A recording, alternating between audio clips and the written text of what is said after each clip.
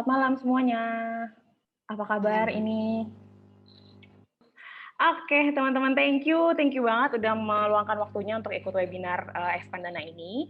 Oke, sebelumnya kenalin saya Yola, marketing spesialis Expandana yang hari ini bakal moderator webinar ini. Buat teman-teman yang baru join Expandana, mau jelasin sedikit nih, kalau Expandana itu adalah portal edukasi yang bergerak di bidang financial dan investment. Nah, kita tuh saat ini berdedikasi untuk memberikan ilmu, wawasan melalui berbagai macam media. Jadi kita ada buat artikel, kita juga ada konten Instagram dan Twitter, terus kita juga ada video di YouTube dan TikTok, terus ada event-event webinar kayak gini juga, serta ada komunitas di Telegram. Jadi teman-teman jangan lupa buat follow media sosial kita di Instagram, Twitter, YouTube, dan TikTok, dan join Telegram kita di Expandana ya. Kali ini kita akan membahas tentang mobilitas sosial, alasan kenapa perencanaan keuangan aja nggak cukup. Kali ini akan dibawakan oleh CEO Expandana, namanya Kak Stefani Adi, atau kalian bisa manggilnya Kak Fani. Halo Kak Fani. Hai apa kabar? Sehat, Kak Fani gimana kabarnya? Sehat, hai. Oke. Ya teman-teman, ini adalah CEO Expandana kami yang Kak Fani yang akan membawakan webinar hari ini. Nah, aku sedikit ngasih tahu buat rundown-nya kali ya. Jadi acara ini akan berlangsung selama 1,5 jam. Nanti akan disampaikan materi oleh Kak Fani, lalu setelah itu akan ada Q&A. Teman-teman boleh menuliskan pertanyaan di kolom chat. Nanti ketika udah waktunya Q&A, teman-teman boleh merespon juga dengan audio ya Kak ya, dengan audio, dan boleh nyalain kamera juga teman-teman gitu. Nah, nanti di webinar ini kalian akan mendapatkan recording dan e-certificate buat teman-teman yang mengisi form feedback setelah selesai acara. Kita langsung mulai aja. Apakah Kak Fani sudah ready? Oke. Aku sambil share screen ya. Boleh. Oke, silakan Kak. Oke, thank you Yol. Nah, aku sambil share screen, teman-teman mungkin boleh komen di chat, udah pada tahu belum sih mobilitas sosial itu apa? Coba aku lihat. Belum tahu, oke. Muhala belum tahu, Toha juga belum tahu, oke. Teman-teman yang lain penasaran juga ya tentang social mobility ini apa? Nah, mungkin aku langsung aja. Thank you teman-teman udah hadir hari ini. Topiknya unik, mungkin teman-teman belum pernah dengar sebelumnya, tapi aku excited banget buat share ini semua ke kalian, karena ini akan ngasih perspektif yang berbeda nih buat kalian. Harapannya begitu ya. Jadi nanti mudah-mudahan materi hari ini bisa bermanfaat buat teman-teman semua. Nah, mobilitas sosial, alasan kenapa perencanaan keuangan aja nggak cukup. Perkenalan dulu, tadi udah sempat dikenalin juga di depan, nama saya Fani, Instagram saya stefani.adi, saya adalah CEO dari Expandana, dan saya seorang financial literacy enthusiast. Saya suka banget ngulik tentang financial literacy dan juga tentang ekonomi nih, pengen sharing-sharing juga ke teman-teman semuanya. Nah, termasuk salah satunya yang hari ini kita bakal bahas bareng-bareng nih. Jadi kita pakai analogi dulu nih, biar gampang untuk ngerti tentang mobilitas sosial. Nah, kita coba pakai analogi tentang kampus. Kenapa teman-teman di sini memilih kampus atau universitas tempat teman-teman kuliah dulu, atau sekarang kalau masih? Mungkin boleh komen di chat, aku pengen tahu coba. Apakah karena temennya ada di sana, gebetannya ada di sana, karena ortunya yang nyuruh, karena jurusannya ada yang kamu suka di situ? Oke, akreditasinya bagus, karena nggak ada pilihan lain, it's okay. Emang dapatnya di situ Kak, akreditasi, direkomendasiin bos, ortu yang nyuruh, oke. Ada yang karena jaraknya dekat dari rumah, ada juga. Katanya banyak praktik daripada teorinya, oke. Jurusannya ada di situ dengan akreditasi bagus. Gagal di kampus impian, it's okay. Ortu yang minta, oke. Oke, jadi kurang lebih teman-teman tahu ya alasan kenapa kita milih nih Nabila dekat dari rumah, oh ya betul. Nah, nggak ada yang salah, nggak ada yang benar ya. Ini karena memang faktor pribadi masing-masing orang gitu. Oke, nah kita bahas ke berikutnya. Mobilitas sosial ini kurang lebih juga sama, teman-teman. Jadi, ketika kalian memilih kampus tadi, contohnya, salah satu faktor-faktor yang dipertimbangkan adalah misalkan yang pertama akses. Tadi kan ada yang milih karena, oh deket nih dari rumah, jadi aksesnya gitu ya. Terus tadi ada yang ngomong soal akreditasinya. Oke, berarti ada yang mention tentang reputasi kampusnya. Kampusnya ini reputasinya bagus nggak sih gitu. Tentang teman misalkan, ada juga loh yang milih kampus tuh karena ngikutin temennya. Temen aku banyak di sana Kak, aku di sana aja. Oh ya udah oke. Terus ada juga yang tentang biaya misalkan. Oh ya udah karena kita juga mungkin ada kendala biaya, kita pilih yang ini aja deh gitu. Mungkin kalau mau pengen keluar negeri mahal gitu. Yang terjangkau yang ini ya udah nggak apa-apa. Ada juga yang tentang produknya. Produk di sini misalnya tadi kalian ada jurusan yang kalian sukai di situ. Nah, sama dengan mobilitas sosial ini. Ketika kita memilih untuk misalkan tinggal di suatu tempat, kita mempertimbangkan ini juga kan. Misalkan teman-teman mau pindah gitu, mau pindah ke suatu kota karena menikah misalkan. Kalian memikirkan ini enggak ketika akan pindah ke kota tujuan? Wah, di sana aksesnya gimana ya? Mau beli rumah misalnya. Wah, itu developernya reputasinya bagus nggak ya? Lingkungannya gimana? Tetangga-tetangganya. Jangan-jangan di situ udah sering kedengeran nggak aman, di sana lingkungannya nggak aman gitu. Biayanya gimana? Terus kualitasnya sendiri gimana? Nah, ini akan mempengaruhi setiap kali kalian memilih untuk memilih lokasi iya, memilih fasilitas kesehatan barangkali juga iya. Jadi banyak faktor ini yang akan mempengaruhi ketika kalian pengen memilih sesuatu yang lebih baik, terutama untuk diri kalian gitu. Jadi tujuannya adalah supaya diri kalian lebih baik, kalian akan perhitungkan faktor-faktor ini. Hubungannya gimana nih dengan social mobility gitu. Nah, nanti kalian akan lihat kenapa faktor-faktor tadi yang aku jelasin di depan akan pengaruh terhadap decision making kalian dan apa kaitannya sama social mobility. Nah, di tahap berikutnya kita akan belajar social mobility itu apa dan kenapa itu bisa terjadi. Nah, sederhananya, social mobility atau mobilitas sosial adalah pergerakan individu atau sekelompok orang di dalam atau antar strata sosial di masyarakat. Maksudnya itu bukan mobilitas dalam hal bergerak nih, benar-benar movement, bukan. Tapi lebih ke pergerakan sosial. Jadi, contohnya nih, mungkin akan lebih jelas kalau kita pakai contoh. Contohnya ini, teman-teman udah pernah dengar tentang social climbing? Social climbing di sini bukan pansos dalam artian negatif ya, tapi social climbing maksudnya bisa berpindah dari strata atau level sosial yang lebih rendah ke yang lebih tinggi. Kalau social sinking sebaliknya. Nah, social climbing di sini aku pakai contoh Deddy Kobuser sama Bu Inul gitu. Mbak Inul. Nah, Deddy ini juga dulu dari keluarga yang biasa-biasa aja, malah cenderung tergolong mungkin kurang gitu ekonominya di awal-awal. Kalau nggak salah dengar, even dia bapaknya dulu supir angkot atau gimana gitu. Ternyata sekarang dia sukses banget. Teman-teman siapa yang nggak tahu gitu kan, Deddy Kobuser. Kemudian Inul juga sama. Dia berangkat dari bawah banget bahkan, benar-benar nyanyi dari panggung ke panggung. Sekarang dia punya jaringan karaoke franchise sendiri, sukses banget. Wah, udah kaya banget sekarang. Nah, ini yang dimaksud social climbing. Bukan berkonotasi negatif ya, tapi memang benar-benar dia berhasil meningkatkan taraf hidupnya. Nah, kebalikannya kalau social sinking misalkan ini, di sini ada yang tahu nih siapa? Ronaldinho ya, teman-teman.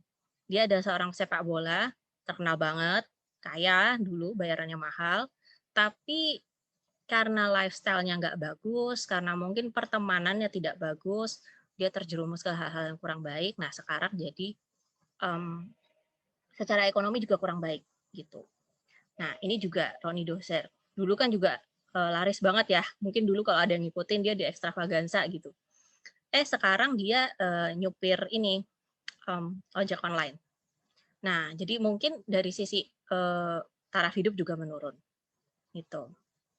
Ini contohnya pergerakan sosial secara vertikal gitu, bisa ke atas, bisa turun, bisa naik, bisa turun. Nah, kemudian ini ada intragenerational mobility dan intergenerational mobility. Bedanya apa? Kalau intragenerational itu artinya dia terjadi dalam satu generasi. Contohnya Kang Sule. Teman-teman tahu ya Kang Sule ya. Kang Sule dari benar-benar orang biasa ikutan kompetisi stand up comedy, terus terkenal, sekarang kaya banget. Generasi berikutnya nggak perlu pusing. Rizky anak-anaknya nggak perlu pusing karena peningkatan taraf hidupnya ini sudah terjadi dalam satu generasi. Itu namanya intra. Nah, kalau inter, ini kita ambil contoh Pak Irwan Hidayat. Mungkin teman-teman tahu yang punya Sido Muncul, yang tiap hari teman-teman minum jamu tolak angin, siapa di sini yang suka tolak angin? Nah, ini Pak Irwan Hidayat adalah cucu dari pendiri gitu. Jadi yang memulai usaha untuk bisa upward mobility, bisa naik, itu adalah si nenek gitu. Si nenek ini yang akan yang memulai usaha untuk menjadi lebih baik tadi gitu. Nah, dilanjutkan oleh keturunannya sampailah di Pak Irwan Hidayat ini, dan sekarang beliau juga sudah mapan, istilahnya seperti itu. Oke, jadi social mobility itu apa sih? Nah, kita mengukur pergerakan sosial tadi dengan Social Mobility Index. Ini adalah pilar-pilarnya, dan pilar-pilarnya itu ada 10 berdasarkan World Economic Forum. Di sini ada pilar kesehatan, akses edukasi, kesetaraan dan kualitasnya juga untuk edukasi, lifelong learning, social protection, technology access, work opportunities, fair wage, working condition, inclusive institution. Nah, ini maksud-maksudnya apa? Oke, kita coba bahas satu-satu. Pilar yang pertama adalah health. Ya, jadi kenapa kita bisa mengukur suatu negara itu tingkat mobilitas sosialnya bagus atau enggak? Indeksnya. Nah, indeksnya sendiri itu salah satunya ini yang diukur, yaitu dia mengukur kesiapan suatu negara menyediakan healthcare yang layak bagi masyarakatnya. Nah, ketersediaan akses ini harus merata untuk semua masyarakat, gak peduli dia kaya maupun miskin. Contoh kalau sekarang vaksin ya, ketersediaan vaksin itu harus merata, gak boleh terkonsentrasi di satu titik doang gitu. Nah, kalau kita ngomongin di Indonesia, angka harapan hidupnya ini menurut data dari BPS tahun 2020 itu 69 tahun untuk pria dan 73 tahun untuk wanita. Itu sebenarnya sudah hal yang cukup bagus. Nah, tapi kalau tidak diperhatikan dengan baik, ada inequality atau ketidaksetaraan dalam hal kekayaan, itu juga bisa pengaruh dalam hal kesehatan. Dia nanti akan menyebabkan yang namanya death of despair. Death of despair itu lebih dipengaruhi karena dia miskin, kondisi keekonomiannya kurang baik. Dia justru harus bekerja lebih keras kan pasti. Bekerja lebih keras, dari sisi kesehatan kurang memperhatikan karena makannya ya cuma seadanya barangkali. Dan physically dan mentally dia akan sangat exhausted gitu ya, sangat exhausted. Akibatnya dia akan rentan juga untuk depresi. Rentan untuk depresi, secara fisik juga kondisi kesehatannya kurang banget. Nah, ini yang disebabkan dari health wealth gap ini. Jadi ada gap antara kesehatan yang mengakibatkan ini justru karena kekayaannya, justru karena ketidaksetaraan itu tadi. Nah, health ini pilarnya mengukur itu juga. Kemudian yang kedua, nah ini aku ringkas ya, kedua sampai 4 itu topiknya tentang edukasi. Yang diperhatikan adalah aksesnya, kualitasnya, kesetaraannya, dan juga lifelong learning. Nah, aksesnya ini artinya dalam suatu negara itu dicek, pemerintahnya itu bisa memberikan akses nggak edukasi untuk ke semua orang secara merata. Nah, termasuk juga kualitasnya bagus nggak? Kualitas sekolah negerinya bagus nggak nih misalkan. Terus ada kesetaraan juga gitu. Apakah kira-kira yang masuk ke sana ternyata pilihan gitu. Kan ada suka isu-isu seperti itu, apakah iya? Jadi yang bisa masuk ke sana tertentu gitu. Rasio guru dan muridnya gimana? Social diversity di sekolah itu gimana? Itu diukur gitu. Kemudian ada lifelong learning. Nah, lifelong learning ini maksudnya meskipun kita sudah menuntaskan pendidikan yang utama ya, jadi SD, SMP, SMA udah. Nah, kuliah, even pendidikan setelah S1, jadi ada S2, terus habis itu kalau kita pendidikan vocational, misalkan yang terkait profesi, sertifikasi, hal-hal kayak gitu, kursus, even ketersediaan library, misalkan di suatu daerah, itu diukur, dinilai. Merata nggak di suatu negara? Pendidikannya benar-benar diperhatiin nggak sama pemerintahnya? Nah ini, disinilah yang diukur untuk edukasinya. Oke, selanjutnya adalah teknologi akses. Nah, teman-teman mungkin tahu ya dengan adanya pandemi kita semua jadinya di rumah. Sekolah dari rumah, kerja dari rumah. Pilar kelima teknologi akses ini mengukur itu tadi gitu. Seberapa cepat suatu negara untuk bisa memfasilitasi perkembangan dan pertumbuhan teknologinya. aksesnya. Sekarang mungkin teman-teman familiar karena pernah nggak lihat di berita ada anak mau ujian sampai harus naik ke atas bukit cuma buat cari sinyal. Nah, itu salah satu bukti di mana kesetaraannya, aksesnya masih kurang. Artinya di daerah-daerah tertentu, even just akses internet aja itu masih susah, gitu. Nah, caranya berarti pemerintah juga memang harus membantu memeratakan akses ya, terutama kan Indonesia kesulitannya, challenge-nya adalah geografis, supaya semuanya bisa punya akses yang sama. Nah, dengan adanya online learning ini juga sangat membantu tadi untuk menurunkan barrier dari ketidaksetaraan sumber daya. Tapi yang pertama pasti harus ada akses internetnya dulu. Nah, kaitannya apa? Teknologi ini penting banget, pilar yang salah satu yang paling penting. Karena dengan mengadopsi teknologi, ya, dengan kita bisa belajar secara online misalkan begitu, kita bisa upskilling. Upskilling ya, kita bisa belajar skill-skill yang lebih bagus untuk meningkatkan taraf hidup kita. Kalau taraf hidup kita makin naik, bisnisnya makin baik secara keseluruhan, secara umum. Bisnis makin baik, makin thriving, makin banyak pekerjaan yang di-create. Nah, makin banyak pekerjaan yang di-create berarti makin sedikit dong orang yang nggak kerja. Ekonomi secara keseluruhan di negara itu makin baik. Upward mobility suatu negara juga makin baik. Ya, jadi tingkat pergerakan suatu negara untuk bisa jadi lebih baik lagi dari negara berkembang ke negara maju itu juga akan lebih baik. Jadi triggernya ada di sini. Teknologi itu kunci banget. Kemudian, nah ini indikator yang tadi aku sempat sebutin, penetrasi internet, ketersediaan listrik, terutama di daerah-daerah terpencil. Nah, boro-boro ngomongin internet ya, kadang-kadang listriknya aja masih nggak merata. Dan ketersediaan akses di sekolah-sekolah internet gitu ya. Selanjutnya kita bahas tentang work atau kerja. Itu ada kesempatan kerja, gaji yang layak, dan kondisi kerja yang layak juga. Nah, kesempatan kerja yang diukur di suatu negara adalah tingkat pengangguran di negara tersebut tinggi nggak? Gitu. Tingkat partisipasi perempuan di negara tersebut di dunia kerjanya tinggi nggak? Itu diukur. Ada scoringnya. Kemudian ada fair wages, itu mengukur rasio pendapatan masyarakat. Nanti dibandingin, 40% penghasilan yang terendah dengan rata-rata nasional, itu gimana? Gapnya jauh nggak misalkan? Kemudian 50% dengan gaji terendah dengan 50% yang teratas income-nya, itu gapnya juga jauh nggak? Ini akan menjadi tolak ukur gajinya itu layak atau tidak gitu di suatu negara. Nah, kemudian working conditions. Ini fokus terhadap hak-hak pekerja, kerjasama perusahaan dengan karyawan, dan jam kerja karyawan. Berapa banyak misalkan di negara itu yang bekerja ekstra gitu, di luar jam kerja yang wajar, misalkan seperti itu. Itu juga diukur.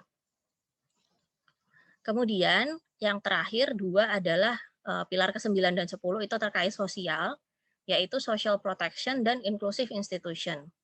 Nah, ini menarik. Social di sini maksudnya social safety net. Jadi misalkan pemerintah itu membantu masyarakat yang terdampak nggak? Contoh kayak sekarang nih pandemi, ada yang kehilangan pekerjaan, ya kan? Ada transisi ekonomi juga, ada krisis juga di situ. Kemudian bagaimana pemerintah memberikan jaringan pengaman untuk ini? Contoh yang kemarin udah dibikin adalah bansos kan? Ada bansos yang didistribusikan. Nah, seberapa besar dari APBN yang dialokasikan untuk bansos ini? Itu diukur. Jadi seberapa besar kemampuan suatu negara untuk memberikan safety net terhadap warganya jikalau terjadi hal-hal seperti ini. Nah, social protection juga sama. Ini contohnya BPJS. Nah, kualitas jaminan sosialnya bagus nggak? Jaminan yang diberikan oleh pemerintah ini seberapa bagus gitu. Kita ambil contoh di negara-negara luar kan mungkin semuanya gratis. Kalau sekarang kan kita masih ya ada kontribusi, kita masih berbayar BPJS-nya. Tapi di negara-negara lain mungkin ada yang gratis. Nah, kemudian seberapa besar income benefit yang diberikan negara, cukup atau tidak, dan seberapa lama. Ya, ini mirip dengan yang tadi. Misal BPJS, oke, disubsidi pemerintah. Ada batasnya nggak, teman-teman? Tahu nggak? Misalkan BPJS menanggung hanya sampai segini-segini, Kak. Ternyata lebih dari itu aku masih harus bayar sendiri. Misalkan kayak gitu. Nah, itu juga artinya diukur juga suatu negara bisa provide jaminan benefit itu seberapa lama, sampai sebatas mana gitu. Kemudian inclusive institution, ini adalah tentang pelayanan publik. Misalkan teman-teman datang ke fasilitas publik, misalnya mau bikin SIM, gitu. Kalian mendapat pelayanan yang baik nggak? Gitu. Atau misalkan mau bikin surat lahir, mau bikin surat kematian, gitu. Hal-hal seperti itu. Public service itu bagus nggak? Inklusif nggak? Inklusif nih artinya tidak membeda-bedakan ya. Siapapun yang hadir ke situ pelayanannya sama.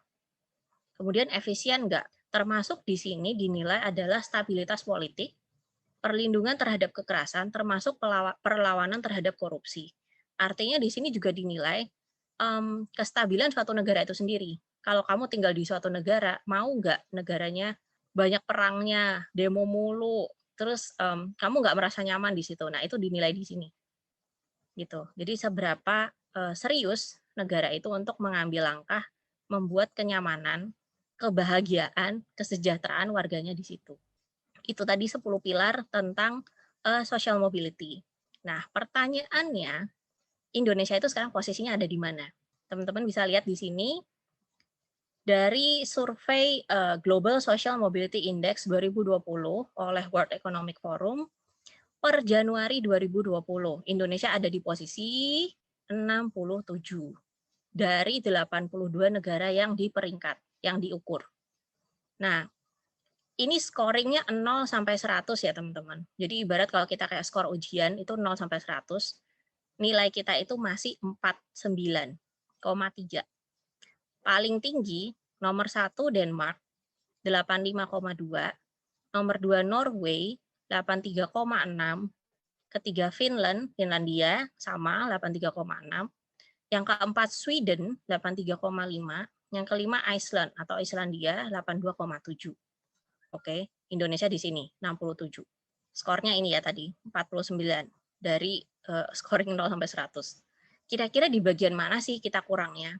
Oke, ternyata kita masih kurang di bagian education access menurut report ini.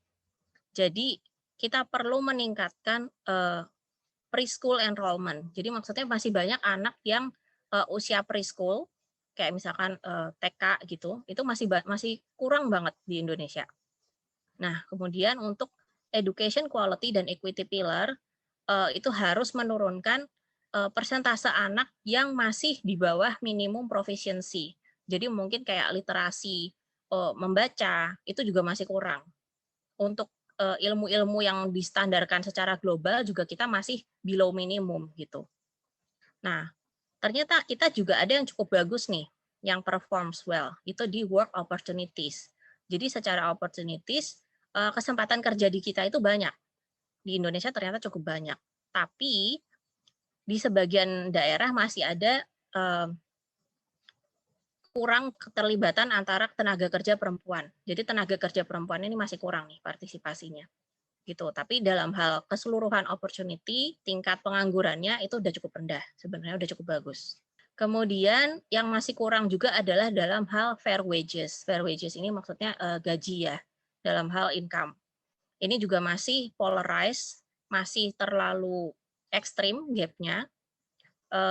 Juga bisa dibilang karena faktor geografis juga, karena urbanisasinya banyak banget yang di Jawa ya. Jadi yang di luar Jawa itu juga masih kurang banget. Nah, itu juga akan memperbesar gap tadi. Kemudian ada social protection coverage juga bisa diimprove karena ternyata sekarang hanya 1,1% dari GDP kita yang dihabiskan untuk social protection. Jadi yang tadi kita bahas di depan, social protection, social safety net, itu hanya 1,1%. Gitu. Kemudian kita juga masih kurang dalam hal health pillar. Jadi dalam hal kesehatan nih kita juga masih kurang, masih skornya masih rendah, 44,5. Nah ini tadi yang sempat dibahas di depan, notice nggak teman-teman, kalau ternyata 5 negara tertingginya itu adalah 5 negara Nordik, atau North Atlantic, atau Eropa Utara. Denmark, Norwegia, Finlandia, Swedia, dan Islandia. Kok bisa? Gitu kan? Nah ternyata mereka mengkombinasikan akses, kualitas, dan equity di education. Jadi edukasi mereka bagus banget. Mungkin teman-teman udah sering lihat juga topik-topik banyak yang ngomong kan kalau gimana caranya anak Finlandia itu belajarnya jamnya pendek, tapi mereka bisa pinter banget, bisa cemerlang banget. Nah, itu teman-teman perlu ngulik juga. Kemudian work opportunities-nya juga bagus, good working conditions, dan juga social protection-nya juga bagus. Inclusivity-nya juga bagus. Jadi perlakuannya terhadap semua warga negara itu sama. Pertanyaannya, teman-teman di sini mendengar ini, ada yang muncul di pikiran kalian nggak? Aku mau pindah ke Norway aja, Kak, kalau gitu. Aku mau pindah ke Denmark aja, pindah ke Norway, pindah ke Finland, pindah ke Swedia, dan Islandia. Pertanyaannya, kalian prefer mau pindah ke sana atau kalian mau bikin Indonesia bisa jadi kayak gini? Bisa loh. Kita bisa loh bikin Indonesia bisa jadi seperti ini. Caranya gimana? Nanti kita bahas. Oke, masih lanjut dengan yang tadi. How many generations it takes to move upward? Jadi misalkan kalau kita terlahir di keluarga ekonomi kelas bawah di Denmark, itu hanya butuh setidaknya 2 generasi untuk mencapai ekonomi kelas menengah. Cuma 2. Sedangkan kalau di Swedia dan Finlandia dan Norwegia itu butuh 3 generasi untuk kita bisa naik kelas, naik strata sosial. Di Prancis butuh setidaknya 6 generasi dan 9 di Brasil atau Afrika Selatan. Jadi ternyata scoring tadi itu akan menentukan ini. Kenapa? Karena faktor-faktor itu yang menentukan kalian bisa meningkatkan taraf hidup kalian atau enggak. Mau nggak mau, perencanaan keuangan iya. Itulah kenapa tadi judulnya perencanaan keuangan aja nggak cukup gitu ya. Karena ternyata kita bisa usaha keras untuk diri kita sendiri, betul. Tapi secara nggak sadar, di mana kita tinggal, lingkungan kita seperti apa, akses-akses fasilitas yang kita gunakan di sekitar kita seperti apa, itu juga akan mempengaruhi. Dan teman-teman perlu tahu, partisipasi kita nanti gimana. Kita evaluasi nih, berdasarkan data tadi terus gimana, Kak? Nah, ada kalimat menarik di sini, a broken social elevator. Ya, kita kan pengen naik nih. Pengen dong, pasti naik ya. Pengen jadi strata sosial yang lebih tinggi dari kita sekarang. Nah, gimana? Karena ternyata ada kondisi yang namanya sticky ceiling versus sticky floor. Kalau kita terlahir di keluarga yang kaya, most likely kalian akan tetap kaya. Itu sudah berdasarkan data riset. Kenapa? Salah satu simpelnya, ketika kalian kaya, pasti emak bapak kalian jodohin dong dengan yang sesama kaya, bener nggak? Kalau tiba-tiba kita tertarik sama orang biasa gitu, orang lain ortu mungkin bisa nggak approve. Kebalikannya sama, ketika si kurang mampu jatuh cinta dengan si yang mampu, dia mau mengimpress yang atas juga susah. Sticky floor ini, akses dia untuk bisa naik ke atas itu juga sulit sekali kalau dia nggak usaha ekstra keras. Kalau dia usaha ekstra keras bisa. Saya dulu pernah punya klien, dia awalnya memulai dari kuli galon aqua. Jadi dia benar-benar ngangkatin galon aqua nih. Tapi dia nggak nyerah, dia belajar komputer, dia belajar sales dan manajemen. Dia kerja keras, berangkat 3 jam, pulang juga 3 jam, sampai supervisornya notice, wah orang ini rajin nih, oke saya ajarin deh. Direkrutlah dia, nggak sekedar ngangkatin galon, jadi tim sales, masuk ke tim sales, tapi dari bawah, benar-benar dari bawah. Sampai bertahun-tahun dia benar-benar menekunin jabatan demi jabatan, dia naik pelan-pelan, sampai akhirnya waktu saya ketemu, saya jadi konsultan dia adalah, dia udah lumayan di top level manajemen di sales di perusahaan tersebut. Itu luar biasa perjuangannya teman-teman. Dari bawah loh, dia cerita saya benar-benar dari bawah, Mbak Fani, dia bilang gitu. Bisa, tapi kondisi itu akan sulit sekali dilawan gitu. Bisa tapi sulit. Nah, ini yang disebut fenomena sticky ceiling dan sticky floor tadi.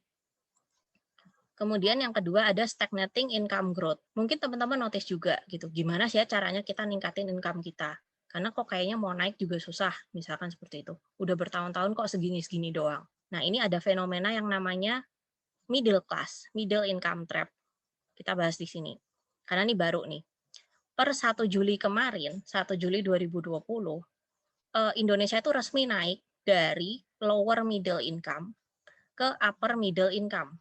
Ini menurut World Bank. Awalnya kalau di bawah 4.000 itu masih dihitung di bawah, kalau di atas 4.000 itu udah upper middle income. Gitu. Jadi status negara berkembangnya itu udah dicabut untuk Indonesia. Kabar baik kan? Nah, belum tentu. Tunggu dulu. Oke, mungkin teman-teman masih ada yang belum tahu ya. Low income itu di bawah $1.036 per tahun. Lower middle itu di 1.036 sampai 4.045, upper middle di segini, high income di segini. Ini dalam dolar per tahun. Yang menjadi bahaya adalah ternyata middle class-nya ini ada dua macam. Kita punya middle class yang memang benar-benar middle class, yang secara ekonomi udah lumayan stabil, di mana dia punya economic mobility yang bagus, financial security yang bagus. Kalau terkena krisis, relatif masih bisa survive. Nah, sementara ada yang namanya kategori aspiring middle class, di mana dia kalau udah cukup oke nih kayaknya secara salary udah cukup oke, terus kita punya tempat tinggal, belum tentu memiliki ya, even jasa sewa itu udah dihitung oke. Terus punya kendaraan barangkali, bisa jajan-jajan kalau weekend, masih punya spare money. Nah, tapi begitu krisis, macet. Itu namanya aspiring middle class. Tapi kalau yang middle class beneran, enggak. Dia masih bisa, masih oke. Nah, kemudian yang bedain lagi salah satunya antara lain tentang ini, edukasinya. Tentang tingkat pendidikannya, untuk yang aspiring middle class ini mungkin secara income rata-rata udah cukup lumayan, tapi mungkin belum banyak yang edukasinya tinggi. Gitu. Jadi itu juga kesulitan untuk mendapatkan pekerjaan yang memberikan income yang lumayan gitu karena tingkat pendidikannya belum terlalu tinggi. Terus dia masih mengandalkan public health service. Masih punyanya BPJS aja. Sementara kalau yang di sini dia udah punya private insurance. Gitu. Itu yang membedakan. Kenapa? Karena begitu ada krisis, begitu ada something yang di luar dugaan, yang di sini ini akan rentan untuk kembali lagi ke lower class. Gitu. Sudah middle class tapi masih aspiring, maksudnya masih diambang gitu, rentan untuk kembali ke lower class. Nah, ini yang harus hati-hati. Tadi itu adalah middle income trap. Kita takut bahwa kita susah nih buat naik kelas. Salah satu yang juga berpengaruh di situ adalah unequal access to education and finance. Nah, ini seperti yang mungkin teman-teman tahu, tingkat literasi di Indonesia masih rendah. Literasi dalam hal membaca ya, buat ngebaca aja tuh mungkin minatnya masih kecil banget untuk mancing orang buat hobi baca gitu. Dalam hal finansial apalagi, mungkin masih banyak yang nggak ngerti produk finansial itu apa aja, instrumen investasi itu apa aja, kenapa kita mesti invest bahkan, itu mungkin masih banyak yang nggak tahu. Yes, sebagian adalah mungkin PR-nya pemerintah, karena untuk memeratakan akses kan kita butuh pemerintah provide ya, di semua provinsi ada, dan aksesnya bisa menjangkau semuanya gitu. Tapi peran kita juga ada di sini. Salah satunya, Expandana juga menuju ke sana gitu. Oh, ternyata masih ada gap nih literasi finansial di Indonesia. Jadi ya udah kita educate yuk orang-orang biar makin banyak yang ngerti, biar makin banyak yang tahu. Misalkan kayak gitu. Teman-teman juga bisa participate dengan cara itu. Kemudian yang fase terakhir, refine. Impact-nya ke kita apa sih? Kita bisa apa setelah ini? Oke, setelah aku dengar penjelasan yang tadi panjang lebar, kira-kira aku bisa apa? Teman-teman familiar dengan ini enggak? Bahwa kita selama ini dalam kehidupan sehari-hari, kita kan juga terlibat dalam hal-hal yang sudah di-provide oleh pemerintah. Misalnya, saya mau visit ke rumah papa mama di Jogja, saya lewat jalan tol. Jalan tolnya yang bangun siapa? Pemerintah. Dari uang siapa? Dari uang negara, dari pajak, misalkan dari income. Nah, pajaknya dari siapa? Dari kita-kita juga. Teman-teman sadar nggak sadar, teman-teman itu adalah bagian dari sistem. Sistemnya apa? Ya negara kita ini. Gitu. Kita tuh adalah bagian dari sistem. Jadi kalau kalian pengen sistemnya bagus, ya kalian kontribusi, partisipasi. Contoh kita bahas dalam sistem anggaran misalnya. Kak, kayaknya sistem anggaran kan urusan DPR MPR, saya mah nggak ikutan. Ntar dulu, pertama mereka merencanakan, kemudian masuk ke anggaran nih, APBD untuk daerah atau negara. Kemudian diimplementasikan, dibuat nih proyeknya jalan, kemudian dievaluasi. Kalau udah dievaluasi nanti jalan lagi, ada perencanaan lagi, kan begitu seterusnya. Nah, peran kita di mana? Oke, merencanakan kayaknya saya enggak ya, Kak. Kita nggak masuk nih, kita bukan anggota DPR, misalkan gitu. Oke, tapi kalian bisa loh kasih ide, kasih saran ke mereka. Bisa juga kalian beri masukan. Misalkan, Pak, pelayanan di kantor ini lama, saya udah berapa hari submit nggak di proses-proses, misalkan kayak gitu. Itu bisa. Nah, kuncinya ada di kita adalah bagian dari sistem, maka supaya sistem itu bisa berfungsi dengan baik, ya kita jalankan peran kita. Gitu ya. Nggak cuman ini loh, kita juga bisa raise awareness. Oh, contoh. Aku akan share pengalaman teman aku, namanya Vinka. Dia waktu itu tinggal di suatu daerah, kemudian dia menggunakan fasilitas puskesmas di situ untuk bawa anaknya imunisasi. Nah, ngobrol-ngobrol, dia baru tahu ternyata di situ ada bidan yang rutin datang dan gratis, bidannya gratis. Nah, ternyata setelah diceritakan oleh orang puskesmasnya, kok bisa di sini dapat sementara mungkin di tempat lain nggak selalu dapat bidan gitu. Ternyata sesimpel karena warga di sini aktif, Bu, gitu katanya. Warga di sini aktif, jadi kalau ke puskesmas itu beneran datang, beneran memakai layanan yang disediakan. Jadi ketika dicatat oleh petugas puskesmasnya, oh tingkat partisipasi di puskesmas ini tinggi, yang menggunakan cukup banyak.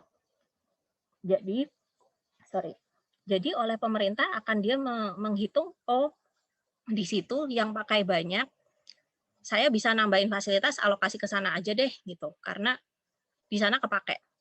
Sesimpel kalian menggunakan dengan baik dan memberikan feedback yang baik, itu akan membuat si penyedia sistem itu, si pemerintah, notice, oh ternyata fasilitasku kepake dengan baik nih di sini. Jadi kadang-kadang partisipasi kita hanya sekedar hadir, hanya sekedar menggunakan, kesannya sepele ya.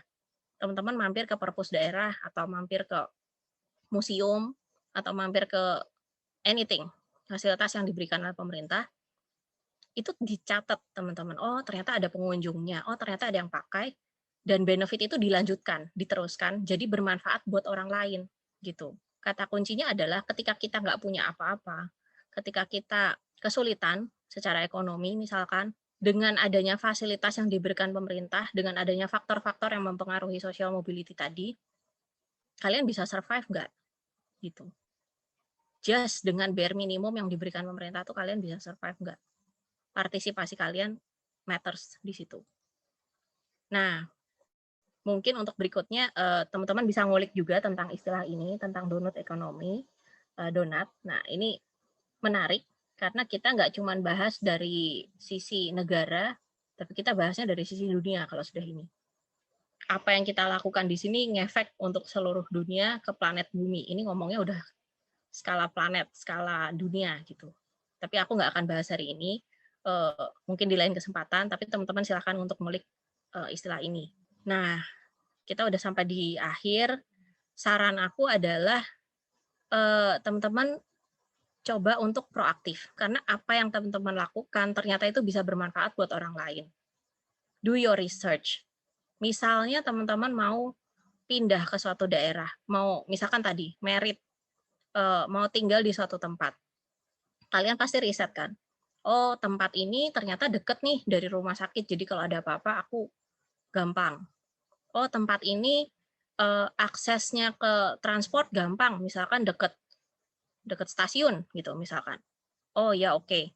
Poin-poin seperti itu tuh akan berpengaruh. Tadi yang faktor-faktor yang kita omongin di awal gitu. Tentang aksesnya, tentang reputasi daerah tersebut dan sebagainya, itu akan mempengaruhi upward mobility kalian, atau akan mempengaruhi kalian bisa naik kelas atau enggak gitu. Enggak cuman perencanaan keuangan atau faktor internal, faktor eksternalnya ini juga pengaruh. Maka di sini kita tulis do your research. Nah, kemudian yang bisa kalian lakukan apalagi? Oh, kita bisa vote with your ballot dan with your wallet. Ballot ini kan kalau kita ngevote ya, pemilu gitu. Kita vote itu jelas. Kita pilih orang-orang yang memang secara rekam jejak bagus, dan ini PR banget nih. Biasanya anak muda males, nggak ngulik deh. Siapa itu yang masuk di kertas, saya nggak tahu siapa gitu. Tapi effort kalian untuk memilih itu ngaruh. Kalau kita terus-menerus skeptis dan apatis, ya jangan berharap pemerintahnya akan bagus, karena kita aja juga nggak mau riset. Nah, kemudian with your wallet, kita beli produk-produk atau services dari entity atau bisnis atau usaha yang memang punya nilai sosial ke orang lain. Gitu. Nggak cuma sekedar cuan misalkan, tapi memang dia memberikan impact secara sosial, secara umum ke orang lain. Choose your neighborhood wisely. If you can find a good neighbor, be one. Nah, ini kalimat ini maksudnya begini. Ada satu ekonom Amerika namanya Raj Chetty. Dia adalah seorang aslinya orang India. aslinya orang India, tapi kemudian dia pindah ke Amerika. Nah, dia itu mensurvei gitu ya di Amerika. Sayangnya di Indonesia survei ini nggak ada. Aku sebenarnya pengen kasih ke kalian kalau ada, tapi sayangnya di Indonesia survei ini belum ada. Nah, surveinya itu apa? Dia memetakan dari seluruh Amerika, dari ujung ke ujung tuh, dari berapa 50 lebih states, itu states mana aja yang punya opportunity tinggi untuk membuat seseorang naik kelasnya gampang. Sama kayak yang tadi di awal aku share tentang Denmark, tentang Finland, tentang Norway, ada scoringnya kan. Daerah-daerah tertentu itu punya skor lebih tinggi yang membuat kalian kalau pengen naik kelas secara sosial lebih cepat. Karena memang difasilitasi, dibantu oleh pemerintahnya. Di Amerika dia bikin survei itu, gitu. Ternyata survei dia menunjukkan bahwa daerah-daerah yang punya orang tua lengkap, tidak bercerai, neighborhood-nya bagus, itu akan memberikan hasil social mobility yang lebih bagus. Artinya apa? Ketika kalian mau pindah ke suatu daerah, mau cari tetangga, mau bertetangga dengan orang, kalian pasti juga mikir kan, aduh tetangganya kayak begini, ntar anak aku gimana ya, misalkan udah punya anak gitu. Ntar anak aku gimana kalau bergaulnya sama orang yang begini-begini, misalkan kayak gitu. Itu pengaruh gitu. Nah, jadi kalian pasti memilih itu juga gitu, dan itu ternyata berpengaruh terhadap yang namanya opportunity score gitu dari suatu daerah.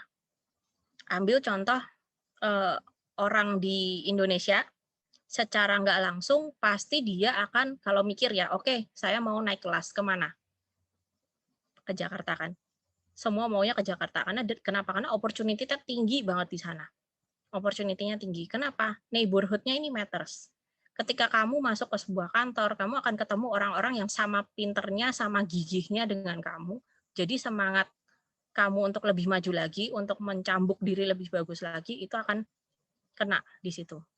Neighborhood ini nggak cuma neighborhood rumah ya, neighborhood kerja juga matters. Nah, tapi gimana kalau ternyata nggak bisa? Tempat kita sekarang kayaknya nggak gitu, Kak. Ya udah, if you can find a good neighbor, be one. Kamu yang mulai di situ. Gimana caranya? Bisa di-initiate. Sesimpel kamu bikin klub buku yuk. Ngajak sekitar kalian untuk lebih rajin baca. Kenapa? Karena sumber ilmu di situ. Itu udah satu effort gitu. Misalkan seperti itu contoh aja. Jadi di sini pengaruh. Ini yang tadi sempat dibahas, it takes a village to raise a child. Gitu. Untuk meningkatkan taraf hidup seorang anak, itu aja butuh perjuangan the whole neighborhood, butuh perjuangan seluruh lingkungan itu tadi. Gitu. Participation matters, tingkat edukasi di situ juga matters gitu. Jadi ketika kalian milih tempat tinggal, faktor-faktor itu akan kalian ingat gitu. Perencanaan keuangan, yes, betul, sangat matters. Tapi kamu tinggal di mana, kamu menghabiskan waktu bertahun-tahun di situ, itu akan membentuk kalian juga. Nah, inilah pentingnya itu tadi. Termasuk ini hasil surveinya Rascheti juga. Gitu. Community effort matters. Sesimpel kayak aku sharing cerita hari ini sama kalian, nanti kalian ceritain lagi ke orang lain, terus ini menjadi sebuah collective effort gitu. Kalau makin banyak orang yang sadar tentang ini, partisipasinya makin tinggi, jadi makin bagus gitu. Karena ini kan collective effort. Be the change you want to be gitu. Oke, kita pengen Indonesia nanti tahun 2045, ketika Indonesia ulang tahun ke-100, kita bisa masuk di negara maju gitu. Jadi top 5 ekonomi di dunia. Bisa nggak? Bisa. Tapi harus dimulai dari sekarang gitu. Karena it takes years untuk menghitung kesuksesan social mobility ini. Itulah kenapa aku nggak nemu hasil risetnya di Indonesia. Karena risetnya Rascheti itu span-nya itu sekitar decades, lebih dari 10 tahun. Karena ketika kita membuat fasilitas yang baru di tempat itu, memberikan insentif yang baru dari pemerintah ke warganya misalkan, oh ada sekelompok keluarga yang dipindahin ke daerah-daerah yang high opportunity, misalkan kayak transmigrasi, kalau teman-teman tahu. Dipindahin ke tempat yang high opportunity, difasilitasin, hasilnya itu nggak langsung kelihatan di generasi itu biasanya, karena itu kan harus diintervensi oleh pemerintah. Jadi ternyata yang sukses nanti anak-anaknya atau cucu-cucunya. Nah, jadi kesuksesan hasil survei ini baru bisa kelihatan itu puluhan tahun kemudian gitu. Jadi agak sulit untuk nyari data Indonesia apalagi tentang social mobility ini gitu. Saya pengen ngasih tahu, oh di Indonesia ini tempat-tempat yang punya skor social mobility index bagus itu ada di mana-mana aja. I'm sorry, tapi aku nggak bisa dapetin datanya ternyata. Karena itu, surveinya aja susah. It takes years untuk bisa nge-record perkembangan atau kemajuan dari suatu policy yang diberikan oleh pemerintah itu bisa sukses atau enggak. Nah, hopefully nanti ada gitu. Atau mungkin salah satu dari teman-teman di sini ada yang menginisiasi survei tersebut barangkali. Gitu kan. Nah, ini. The data show we can do something about upward mobility. Every extra year of childhood spent in a better neighborhood seems to matter. Gitu. Raj Chetty sendiri dulu berangkat dari India, di mana di India mungkin waktu itu kondisi dia nggak gitu bagus. Tapi karena dia beruntung, mamanya itu disekolahkan oleh salah satu orang kaya di desa itu. Jadi mamanya bisa punya education yang lebih bagus dari yang lain, and then menikah membawa seluruh keluarga pindah ke Amerika. Nah, itu matters gitu. Jadi kadang-kadang kita nggak bisa juga ngandelin pemerintah aja gitu. Kita berpangku tangan terus ya udah kita nggak ngapa-ngapain, enggak gitu. Peranan beberapa orang akan matters, tapi kita juga part of the system itu tadi gitu. Jadi kita bisa ngevote loh. Kita bisa pilih, kita bisa participate, kita bisa pakai public service. Kalau jelek ya di komen. Accountability-nya di challenge. Kalau jelek public service-nya, Pak kok gini, kok gitu gitu. Itu kita bisa sampaikan ke pemerintah juga gitu. Apalagi dengan keterbukaan kayak sosial media sekarang, itu makin gampang juga. Gitu, teman-teman. Nah, sekian presentasi dari saya tentang social mobility. Mudah-mudahan bisa ngasih perspektif yang baru. And I'm open to questions. Boleh. Iya. Oke, thank you Kak Fani buat pemaparannya. Wah, ini keren banget sih. Jadi lebih paham tentang mobilitas sosial dan data-data yang ditunjukin tadi cukup lengkap ya teman-teman ya. Jadi kita bisa tahu keadaan Indonesia saat ini itu di posisi mana gitu. Oke, kita masuk ke sesi Q&A. Teman-teman boleh bertanya di kolom chat atau kalau mau yang open mic juga boleh. Silahkan raise hand. Nanti saya akan panggil namanya. Gitu ya. Dipersilahkan teman-teman. Oke, barangkali teman-teman ada yang mau nanya atau pengen sharing nih mungkin di Iya, daerahnya seperti apa juga boleh. betul banget. Oke, aku bacain satu pertanyaan yang tadi sempat ditulis ya Kak ya. Ini dari Ade Sadi Maulana. Indonesia terjebak dalam kelas menengah, middle trap income. Sebenarnya bisa diubah nggak sih kondisi seperti itu? Sehingga kita bisa jadi negara maju. Satu lagi, ada kebijakan dari Menko PMK bahwa orang yang ada di kelas atas disarankan untuk menikahi orang yang berada di kelas bawah. Setujukah? Terima kasih. Oke, nah seperti yang tadi aku sempat bahas, untuk middle trap income itu kalau teman-teman ngulik juga, googling juga datanya tentang middle trap income ini, beberapa negara itu bisa keluar dengan cepat. Contoh China, Korea juga, karena dia juga termasuk yang secara industri, secara ekonomi disupport penuh oleh pemerintahnya. Even Korea pakai cara yang nggak lazim gitu kan. Dia dengan K-pop, dengan K-drama, secara nggak sadar loh itu uang loh untuk negara tersebut gitu. Karena ternyata secara culture dia bisa mendunia, drama-dramanya laku, disupport penuh oleh pemerintah, didistribusiin, barangkali dikasih insentif juga. Jadi secara nggak sengaja perekonomiannya maju gitu, karena dengan kalian ngelihat banyak drama Korea, terus jadi banyak dong pasti yang pengen ke sana, bener nggak? Pariwisatanya maju kan, jadi banyak yang pengen ke sana. Itu cara yang brilian sih gitu kalau boleh dibilang. Nah, kenapa Indonesia nggak bisa kayak gitu gitu? Indonesia itu pulaunya banyak, pantainya bagus-bagus, resources alamnya keren-keren, harusnya bisa dong gitu. Jadi kenapa kita nggak bisa jadi negara maju? Bisa. Nah, pertanyaannya sekarang tahun berapa? 2021, 2045 ya, Indonesia umur 100 tahun lagi. Umur 100. Itu berapa tahun lagi?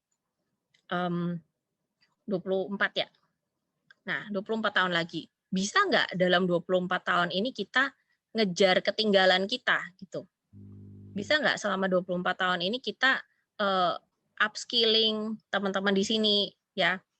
Kalian jangan mau kalah sama orang asing misalkan. Kalian jangan mau kalah dengan minder gitu. Wah, kayaknya kalau di luar itu skill-nya bagus-bagus, bisa pada bahasa asing gini. Contoh ya, aku ambil contoh. Dibandingkan dengan orang Filipina, misal. Kenapa orang Filipina bahasa Inggrisnya jago-jago? Kita masih belepotan, misalkan. Ya, jangan mau kalah, gitu. Karena ketika ngomongin upskilling, ngomongin naikin income suatu negara, kitanya sendiri harus upgrade. Kita in person itu harus upgrade. Kita masing-masing naik income-nya secara pribadi, itu akan contribute terhadap GDP. Kalau GDP-nya berubah, itu akan contribute terhadap penilaian tadi secara nasional, oh ternyata income rata-ratanya pada meningkat. Nah, jadi partisipasi kita selain untuk tujuan keuangan pribadi, kita kan pengen nih income meningkat supaya mencapai tujuan finansial kita secara pribadi gitu kan. Tapi dengan kita meningkatkan diri sendiri, upgrade diri, itu juga berkontribusi secara nasional loh, karena teman-teman kan dihitung. Taunya dari mana? Dari pajak. Jadi yang kemarin kita sempat bahas, kok pemerintah bisa tahu ya data income-nya meningkatkan dari pajak ketahuan, itu kan kita submit, gitu, kecatat kan, gitu. Jadi ditanya bisa nggak? Bisa, kalau mau, tapi itu harus collective effort tadi, gitu. Jadi dengan raise awareness ini harapannya makin banyak orang yang tahu, bisa apa ya, partisipasinya dalam movement ini juga makin tinggi gitu. Nah, kemudian tadi tentang orang yang ada di kelas atas disarankan untuk menikahi orang yang berada di kelas bawah. Kalau masalah perasaan aku nggak ikut-ikut ya. kalau masalah perasaan itu dikembalikan ke masing-masing gitu. Tapi basically fenomena yang tadi aku bahas tentang sticky ceiling, tentang sticky floor itu benar adanya gitu. Maksudnya kadang-kadang kalau lintas strata ya memang agak susah gitu. Itu memang sudah demikian adanya lah gitu. Kalau soal itu kita sendiri sih yang mesti apa ya, bekerja keras, memantaskan diri gitu kan. Kita yang fight aja gitu. Pasti bisa juga. Gitu mungkin dari aku. Oke, thank you Kak. Kak Ade semoga menjawab ya untuk pertanyaannya. Kalau memang nanti ada yang mau ditanyakan lagi boleh langsung raise hand aja Kak. Kita open mic, kita discuss bareng. Nah ini ada komentar dari Priscilla Kak. Untuk yang tadi aplikasi yang Kak Fani bilang dihapuskan, itu Priscilla bilang sekarang di Jakarta jadinya pakai apps namanya Jaki. Karena kalau nggak salah, apps yang lama itu punya swasta dan kerja sama aja. Gitu. Oke, thank you Priscilla udah share. Ya, oke. Lanjut kita ke pertanyaan selanjutnya. Ini ada dari Santi Sekarini. Saat kita melakukan inisiasi untuk lingkungan kerja yang lebih baik, saya buat reading corner dan kantin kejujuran. Dan setelah 2-3 tahun yang berkembang itu yang kantin kejujuran. Dengan begitu, apakah saya harus lebih fokus kepada program yang berhasil dan mengeliminasi yang tidak berhasil? Padahal secara konsep reading corner lebih bisa menambah pengetahuan. Oke. Kalau dari aku akan balik ke capability kamu sih. Kamu punya waktu nggak untuk memberikan extra effort di yang bagian reading ini misalkan. Kalau kamu mau tetap nge-keep inisiatif ini. Karena ini inisiatifnya keren banget, Santi. Ada reading corner, ada kantin kejujuran, itu kamu hebat banget. Semoga bisa jadi inspirasi teman-teman yang ada di sini juga.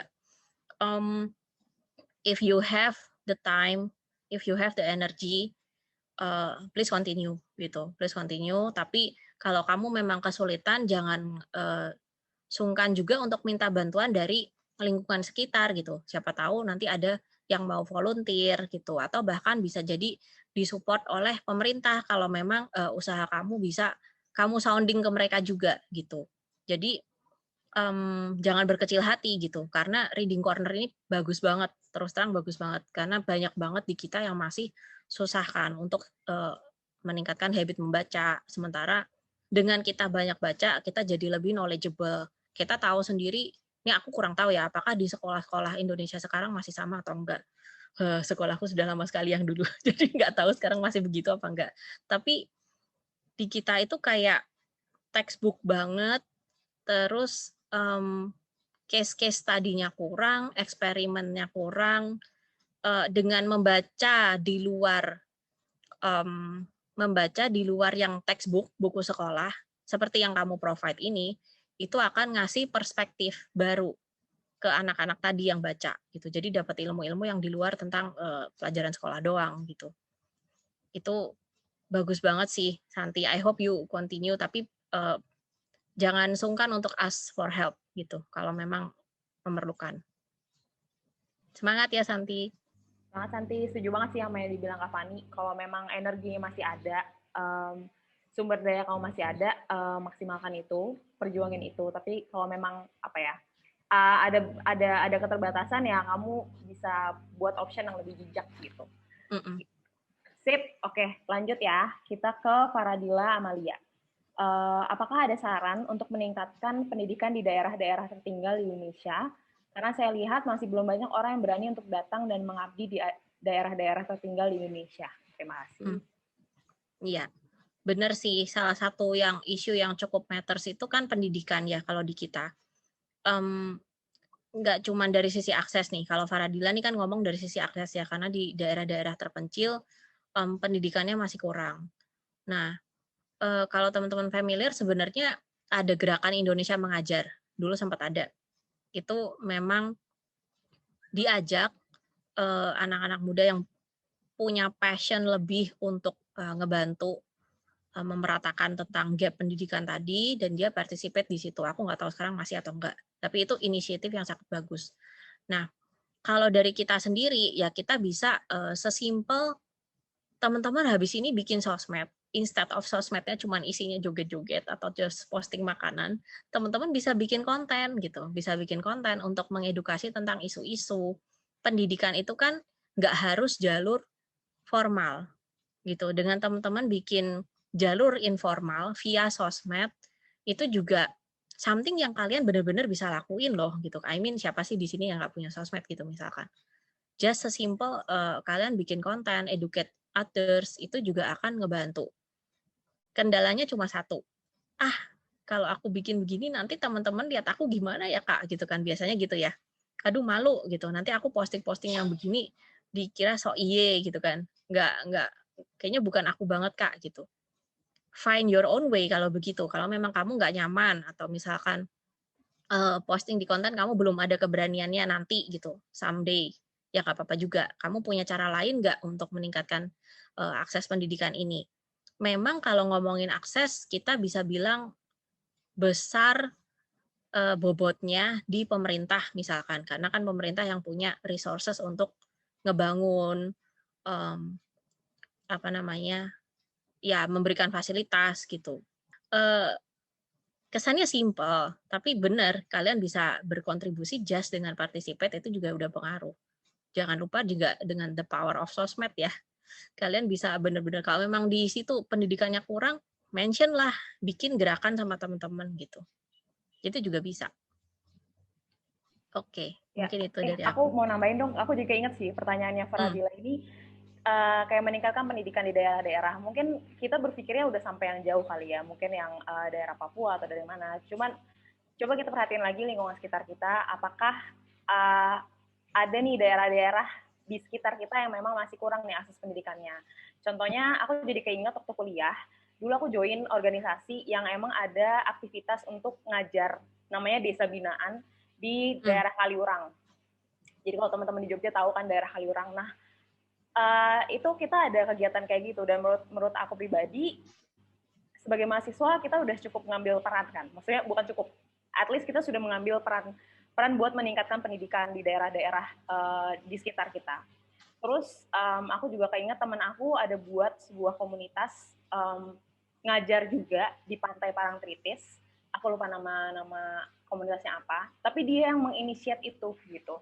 Jadi kalau aku boleh kasih saran gimana cara yang meningkatkan, itu sebenarnya ada 3. Pertama, kamu berkarya, kayak tadi bikin konten atau menyuarakan sesuatu, atau kamu menyumbangkan tenaga kamu, ya kayak tadi join komunitas yang mensupport meningkatkan pendidikan itu, atau kamu juga bisa ngasih uang, maksudnya kayak menyalurkan uang kamu untuk membantu orang-orang yang mengeluarkan energinya ke situ, kayak gitu sih. Mungkin itu kalau dari aku, Faradila. Supporting the cause juga bisa. Kalau kita tahu ada grup atau komunitas yang memang bergerak di situ, kita support nih gitu. Memang oke kita nggak bisa datang, oke aku nggak bisa volunteer Kak, tapi aku bisa support, aku kirimin buku ya gitu. Aku kirimin apa gitu, kalian bisa bantu dengan cara lain, itu juga udah bagus. Dan satu lagi yang mungkin suka lupa adalah dana CSR perusahaan-perusahaan swasta itu juga besar-besar loh teman-teman. Kalau kalian punya inisiatif untuk bikin program yang bagus, kerjasama aja gitu. Kalian mungkin melihat, aduh pemerintah di daerah aku mungkin kurang responsif. Ya nggak apa-apa, kalian coba cari dari sektor swasta. Bisa gitu. Kalau memang tujuan kalian bagus, kalian communicate dengan baik, kalian juga bisa disupport dari pihak swasta gitu sih.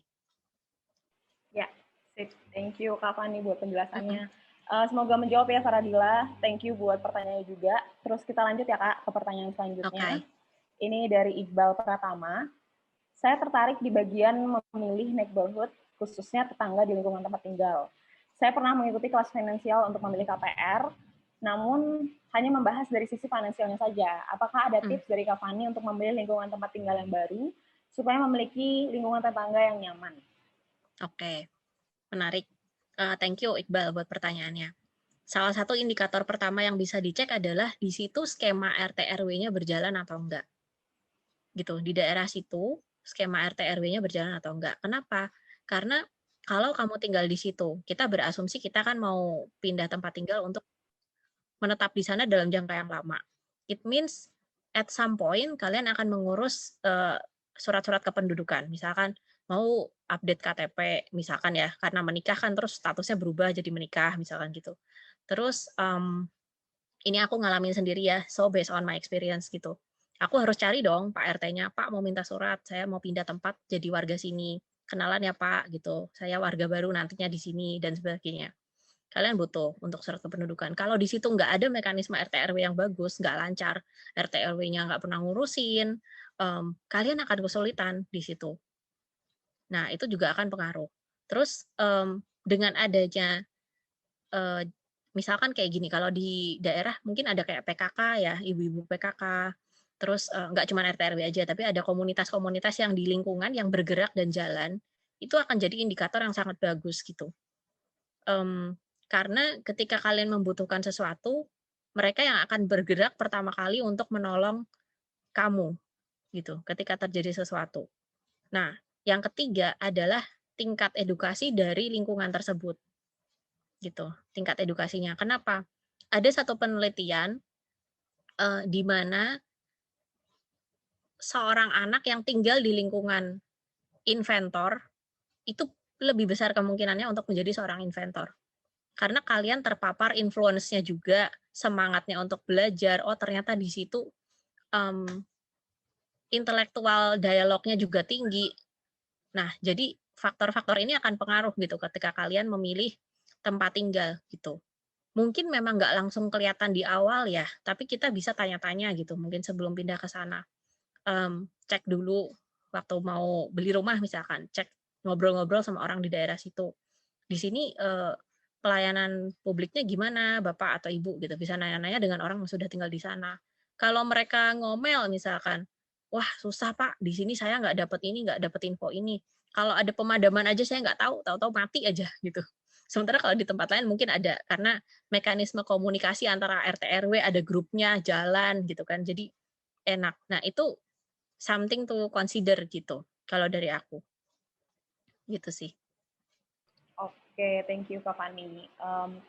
Semoga menjawab pertanyaannya Iqbal, atau kalau misalnya masih kurang jelas, kita bisa open mic, kita discuss lebih lanjut. Oke guys, ada yang mau bertanya lagi nggak nih? Kalau dari chat room udah habis, apakah ada yang mau open mic? Mungkin mau sharing-sharing juga nggak apa-apa. Boleh, kalau ada yang mau nanya langsung boleh. Atau mungkin masih ada yang bingung nih soal mobilitas sosial juga nggak apa-apa. Kita boleh diajukan pertanyaannya ke Kak Fani. Nanti kita discuss lagi gitu. Adakah? Oke, ini dari Dita nih Kak. Bagaimana membentuk mindset pribadi untuk bisa tetap berusaha naik kelas ketika banyak banget obstacle dari sisi eksternal? Oke. Mungkin emang susah ya, maksudnya kalau memang dari sisi eksternal itu obstacle-nya banyak banget gitu. Misalkan kita tinggal di lingkungan yang nggak kondusif, atau dari sisi faktor-faktor lingkungannya kurang, kayak misalkan fasilitasnya, itu mungkin bisa terjadi seperti itu. Tapi tujuannya itu harus, gimana ya, kalau orang-orang bilang kan, mungkin kalian pernah dengar start with why gitu ya. Jadi why-nya kita ini, apa nih gitu, apakah sekedar untuk internal, sekedar untuk diri sendiri, atau, untuk membantu orang lain juga, gitu. Ketika why kita ini cukup gede, cukup strong untuk bisa ngebantu orang lain juga, itu akan usaha kita untuk menjalankan ini jadi jauh lebih, ringan gitu menurut aku. Karena kalau kita sekedar, "Oh ya udah aku pingin mapan, pingin kaya and that's it." Kita nggak mikirin, even just kita participate aja tuh ternyata bisa menimbulkan dampak loh buat orang lain. Nah itu kalau kita nggak nyampe ke sana itu akan susah gitu, karena ya udah kita mikirin kita aja gitu. Tapi kalau kita mikirin orang lain, kita juga menyadari penuh bahwa kita ini part of the system loh gitu. Itu akan jadi jauh lebih ringan menurut aku ya gitu. At least kalian find your why dulu. Kalian pengen naik kelas nih sebenarnya tujuannya buat apa gitu. Is it just for you atau kalian juga pengen yang lain juga ikut menikmati hal-hal yang sama gitu. Kita pengen maju bareng-bareng. Nah, caranya gimana ya harus kesadaran masing-masing dulu gitu. Oke, jadi balik Oke. lagi ke finding your why ya Kak ya. Finding Mhm. your why, dan kamu bisa melihat kira-kira gue nih sebenarnya ngelakuin ini buat diri sendiri atau buat orang lain sih. Oke, thank you Kak Fani. Ini ada yang raise hand nih Kak.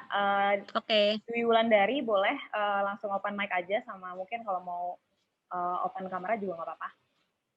Silakan. Open mic aja ya. Halo Kak Fani. Halo. Iya, ini topik yang sangat menarik dan sayangnya banyak banget di antara kita yang masih terkendala untuk suaraku eko nggak sih? Di aku aman. Aman. Jelas. Oh aman, oke.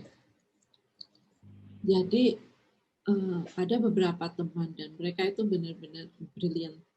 Tapi mereka kesulitan untuk meyakinkan orang tuanya atau lingkungan sekitarnya bahwa mereka itu juga ingin bisa naik kelas, entah melalui pendidikan, seperti melamar beasiswa ke sana ke sini.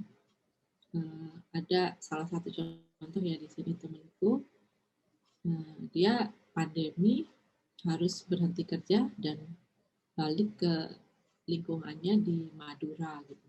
Dan di situ benar-benar nggak ada support system yang membantu dia untuk mempunyai intellectual dialogue gitu kan. Sedangkan meyakinkan orang tua itu sudah yang setengah mati sekali. Karena lingkungan di sana, udah kamu nikah aja, nanti nikah kan kamu membuka rezeki, nanti bisa jadi lebih baik hidupnya. Tapi sementara dia kekeh, aku tuh masih punya mimpi, aku pengen bisa kuliah lagi, mungkin kuliah ke luar negeri, melanjutkan S2, bahkan mungkin S3 dan bisa bekerja di sana.